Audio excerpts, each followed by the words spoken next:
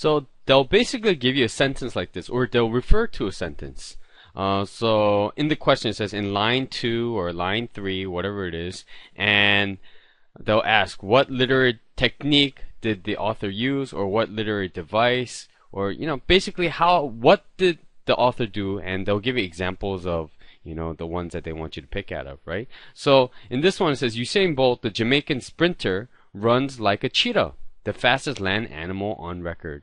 So you could break down the sentence if you want, right? Usain Bolt, this is a positive. If you haven't learned what positives are by now, you can look into other videos, right? Usain Bolt runs like a cheetah. And the hint right away over here is like. He runs like a cheetah. And which one of the literary devices can you pick out of this? Is it irony, something that's, ironic?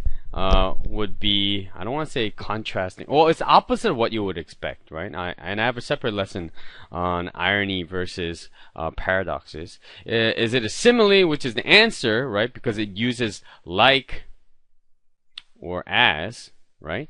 What is a personification, right? Personification is, well, there's the word person there, and fact, and phi, the suffix means make, and shun means noun, right? So personification means give human characteristics to things that aren't human, right? But we're not giving the characteristic. We're kind of comparing how fast, or not comparing with the cheetah. We're saying Usain Bolt's really, really fast, and he's like fast as a cheetah, right? So we're giving some kind of comparison, but we're not directly comparing to the cheetah.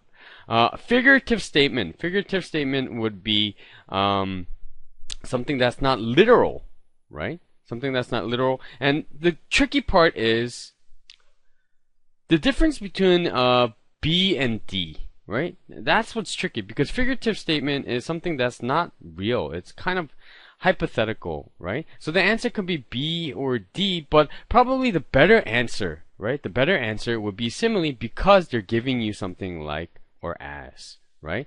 But if they don't give you simile as an answer over here, it's probably best to pick D. And sometimes they'll do this. Sometimes you'll see like or as, right, in the question, but you're going to immediately look for simile, but it's not there. So it'll probably be a figurative statement. And there are questions like this on the SATs and ACTs, right? And it can't be E, paradox, because it's basically something very, very similar to an irony, except it's a little bit different.